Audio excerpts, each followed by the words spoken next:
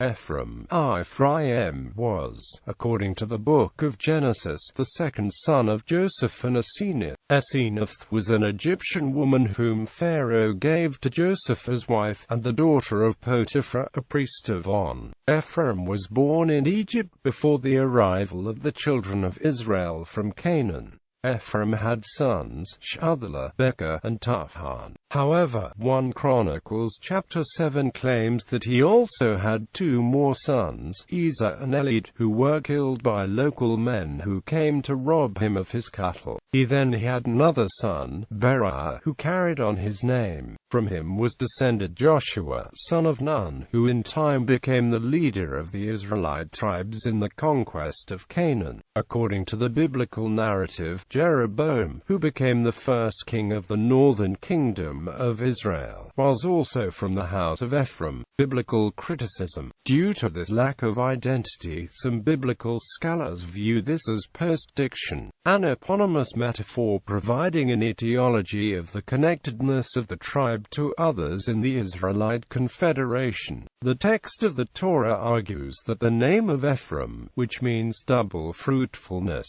refers to Joseph's ability to produce children, specifically while in Egypt. Some scholars link the name to an Egyptian meaning rather than a Hebrew one. In the biblical account, Joseph's other son is Manasseh, and Joseph himself is one of the 2 children of Rachel and Jacob, the other being Benjamin. Biblical scholars regard it as obvious, from the geographic overlap and the treatment in older passages, that originally Ephraim and Manasseh were considered one tribe, that of Joseph. John's Book of Revelation, however, accords only Ephraim the tribal name of Joseph. According to several biblical scholars, Benjamin was originally part of the suggested Ephraim-Manasseh single Joseph tribe, but the biblical account of Joseph as his father became lost. A number of biblical scholars suspect that the distinction of the Joseph tribes is that they were the only Israelites which went to Egypt and returned, while the main Israelite tribes simply emerged as a subculture from the Canaanites and had remained in Canaan throughout. According to this view, the story of Jacob's visit to Laban to obtain a wife originated as a metaphor for this migration, with the property and family which were gained from Laban representing the gains of the Joseph tribes by the time they returned from Egypt. According to textual scholars, the Jahwist version of the Laban narrative only mentions the Joseph tribes and Rachel, and doesn't mention the other tribal matriarchs whatsoever. In the Torah, the eventual precedence of the tribe of Ephraim is argued to derive from Jacob, blind and on his deathbed, blessing Ephraim before Manasseh. The text describing this blessing features a hapax legomenon, the word which classical rabbinical literature has interpreted in esoteric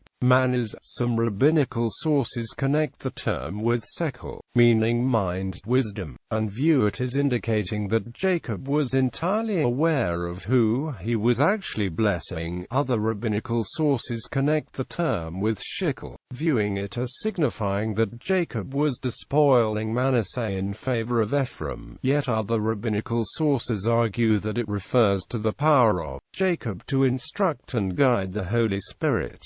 In classical rabbinical sources, Ephraim is described as being modest and not selfish. These rabbinical sources allege that it was on account of modesty and selflessness, and a prophetic vision of Joshua, that Jacob gave Ephraim precedence over Manasseh, the elder of the 2. In these sources, Jacob is regarded as being sufficiently just that God upholds the blessing in his honor, and makes Ephraim the leading tribe. Citations: Ephraim, Merriam-Webster Dictionary. Peek's Commentary on the Bible. AB Genesis chapter 41 verse 52. Shlomo. The Jewish History Channel. The Significance of Given Names in Tanakh Part 1. Our Historian. Blogspot.com. Retrieved 9 August 2013. ABCD Jewish Encyclopedia. ABC Peek's Commentary on the Bible.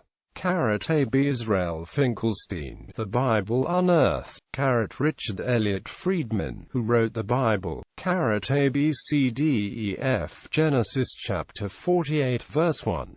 This article incorporates text from a publication now in the public domain, Easton, Matthew George, Ephraim, Easton's Bible Dictionary, T. Nelson and Sons.